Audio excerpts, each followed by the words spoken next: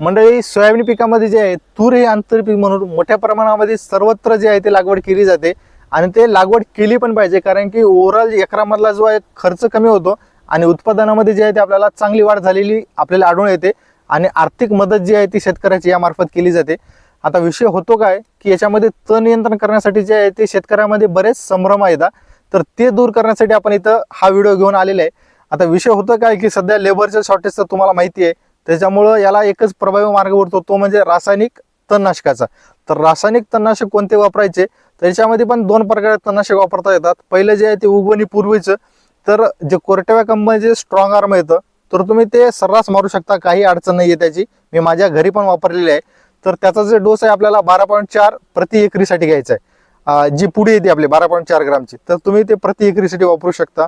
आता दुसरा जो मार्ग उरतो सोयाबीन प्लस तूर मधील तण नियंत्रणासाठी, तर तो म्हणजे BSF कंपनीचे जे ओडिसी तणनाशक येतं, तर ते घ्यायचं आपल्याला 40 ग्राम प्रति एकरीसाठी वापरायचं आहे.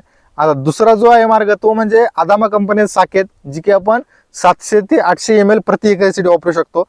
आणि तिसरा जो मार्ग उरतो तो म्हणजे जे गॅलेक्सी नेक्स्ट येतं आणि त्याच्यासोबत जे इमिजॅथ हायपरचं जर आपण कॉम्बिनेशन जर दिलं, तर ते एकदम प्रभावी तण नियंत्रण जे आहे ते सोयाबीन प्लस तूर मधलं जे आहे ते आपल्याला आढळून येतं.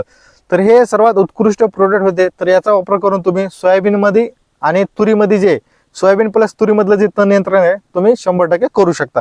तर तुम्ही तुमच्या एरियामध्ये नेमकं कोणतं वापरता किंवा तुमचा जो काय अनुभव आहे पाठीमागचा, तर तो कमेंट बॉक्समध्ये कमेंट करायला बिलकुल विसरू नका. शेवटी एवढीच इच्छा व्यक्त करतो की अन्नदाता सुखी भव. धन्यवाद.